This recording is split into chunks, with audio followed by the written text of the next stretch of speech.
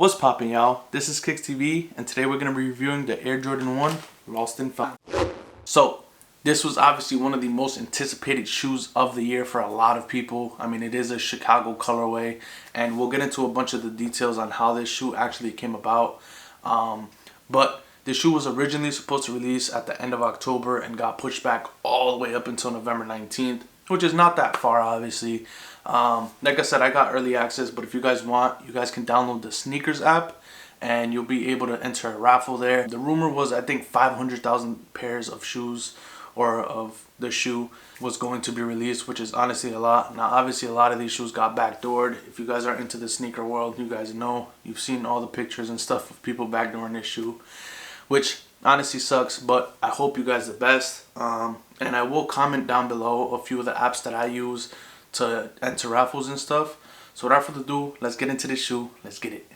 So one thing that stands out immediately is the difference of the shoe lid and shoe box. Now, as you guys can tell, it looks pretty distressed throughout the whole box. And basically the reason behind this whole concept is it's supposed to represent a shoe that was lost in a basement of a mom and pop shop. Now, back in the day, that was like one of the main ways that the retailers would, you know, sell shoes, or these big brands would sell shoes. It was like their main source of foot traffic, basically. So another detail about the shoe is this sales sticker right here. So this sales sticker is supposed to represent a shoe that went on sale, which is honestly a super cool detail that they added. Now, like I said, the whole concept behind this box and this shoe is just so dope. And I don't think I've ever heard of a shoe with this type of, you know, story or history. Okay, so enough with the shoe box. Let's get straight into the packaging of the inside of the shoe. Okay, so immediately after opening the box, you will be hit with this. And this is a final sales sticker, which is dated 8/30/86, which is 1 year after the actual release from the Chicago ones.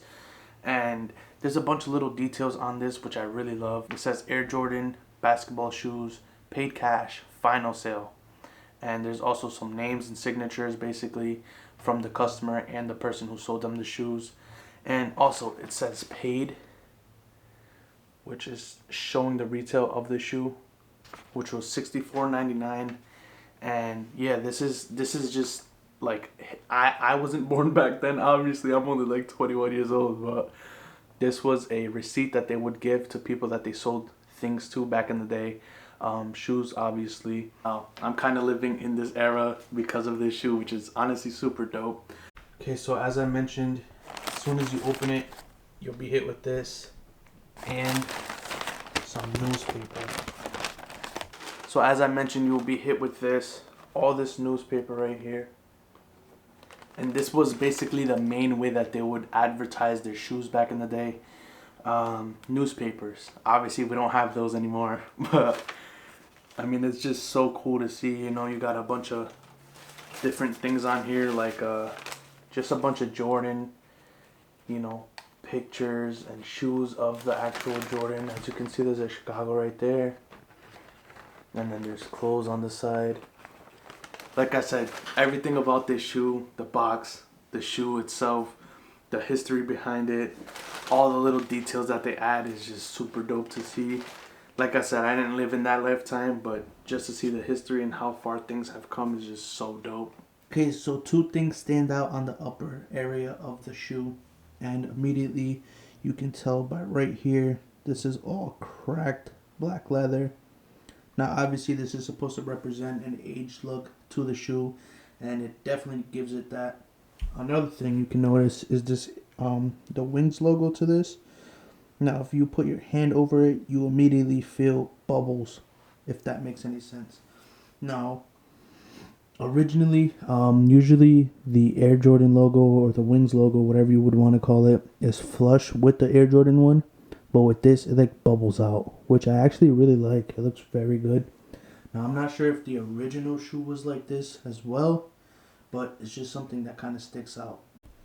Okay, so another thing is the actual color blocking to the shoe. So basically, where you see all the white, it's really not white. It's more of a cream or a sail or an off-white type of color. Now, Going along with the red, from what I've heard, is the red to this shoe is more of a bold or more deeper type of red, and on the original 85 Chicago Jordan 1, it's more of a vibrant type of red. I'm not too sure. I've never really had a pair, but that's just some things that I've heard. So as I previously mentioned, I'm not going to be tying this shoe because it's not my size. I'm going to go ahead and try to find my size. I'm going to see if I can trade this, maybe throw $10 to $15 down because that's what it's going over. But yeah, I need a size 10 and a half. This is a size 9. But I just want to show you guys the paneling to this shoe. Now, the shoe tongue itself is like a very, very cream color compared to the rest of the shoe. It's an off-white or sail type of color. It goes along with everything. And me personally, going ahead with the actual shoelace itself, to me the shoelace, this one right here, is more of a white more than a sail, but it does have a little bit of a sail look to it. And obviously right there you have the black shoelace as well. Now me personally, I think I would rock it with the black shoelace, but I have to try both of them on to see what I really like. Okay, so last but not least, we have the bottom of the shoe. Now as you can tell right here, it has like a dusty or like a chalky type of look to it. And obviously the reason behind that is to make it look old, like it's been worn or sitting somewhere in a basement, as I mentioned before. And I honestly think this is a super dope feature they added to it. It just brings everything along and the story and the history behind this shoe. It just makes it such a great shoe. So right here we have the Air Jordan 1 Chicago Lost and Found. Let me know what you guys think about this shoe. On a scale from 1 to 10, what would you rate it? Also, is this shoe of the year? For me it is. The story, the colorway, just everything about the shoe is super dope. But make sure you guys go ahead and like and subscribe down below if you guys enjoyed this video. Without further ado, this is KiqqzTv and I'm out. Deuces. Pow. Alright guys, so I'm currently editing this video right now. I just wanted to stop by real quick at the end of the video and say welcome to the channel if you guys are new and have never seen me on YouTube. Now I do run another YouTube channel named Rodirike, and that will be in the description or whatever. I might even put a picture somewhere over here. Now I'm a full-time gig worker, so basically what I do is I do DoorDash, Instacart, Grubhub, stuff like that full-time, and that's what I do on my day-to-day basis. So if you guys want to go ahead and watch those videos, be my guest, that would be very much appreciated as well. And I am going to start a gaming channel very soon.